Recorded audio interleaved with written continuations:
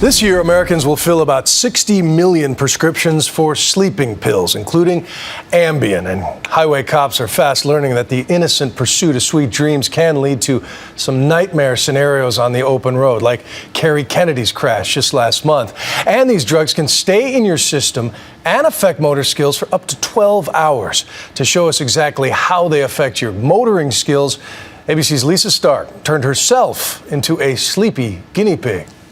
Oh, dude, he's gonna kill somebody. Drinking and driving, it's terrifying. Alcohol has long been a killer on the roads. Oh! Stop, dog. Now a new and growing hazard, a substance not easily detected and used by millions every day. Sleeping pills, including Ambien and its generic version, the nation's most popular, with 44 million annual prescriptions. In New Jersey, police arrested this woman who appeared drunk. It wasn't just alcohol. She had popped an Ambien, gone to bed, had no memory of getting behind the wheel. You hit something with your car, and you can barely stand. In Texas, a woman who had mixed wine with Ambien also ended up unknowingly on the road. A security camera catches the horrific consequences as she runs over a family in their yard, severely injuring an 18-month-old. She got probation. Her lawyers argued she had no intention of driving. She took the sleeping pill, expected to go to sleep.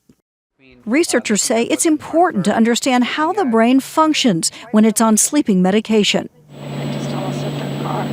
The results were eye-opening, to say the least. I'm driving a car and I clearly shouldn't be, weaving in and out of lanes.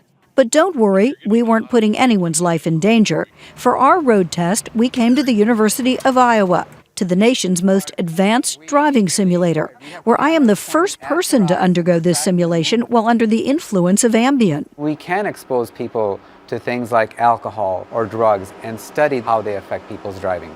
Omar Ahmed is the operations director here. This giant simulator is the closest thing to driving a real car. Inside a Chevy Malibu. From the control room, researchers simulate my virtual road and monitor my every move. We can see the speed of your vehicle. We have cameras pointed at your eyes and we're tracking the movement of your pupils. Before I take the sleeping pill, I'm a pretty good driver. Kind of having fun getting on the highway here. And I pass a sobriety test with flying colors. Perfect coordination. But then, Big moment to take my sleeping pill. down the hatch. The pill is designed to work quickly, very quickly.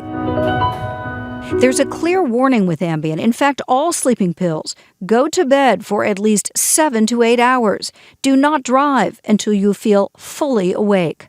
But we know that doesn't always happen, and it's not just sleep driving. Some impaired drivers have admitted taking the medication just 15 minutes before being pulled over.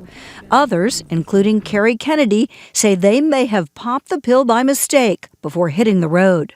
We're going to wake her up and ask her to do her first drive. Lisa? It's just 30 minutes after I've taken the pill. Am I on the wrong side of the road? I start swerving immediately. Lisa's now driving in the passing lane, so this is very dangerous. She's really stopped blinking. She's really just zoned out. 90 minutes in, the drug's effects are at their peak, and I'm back on the road.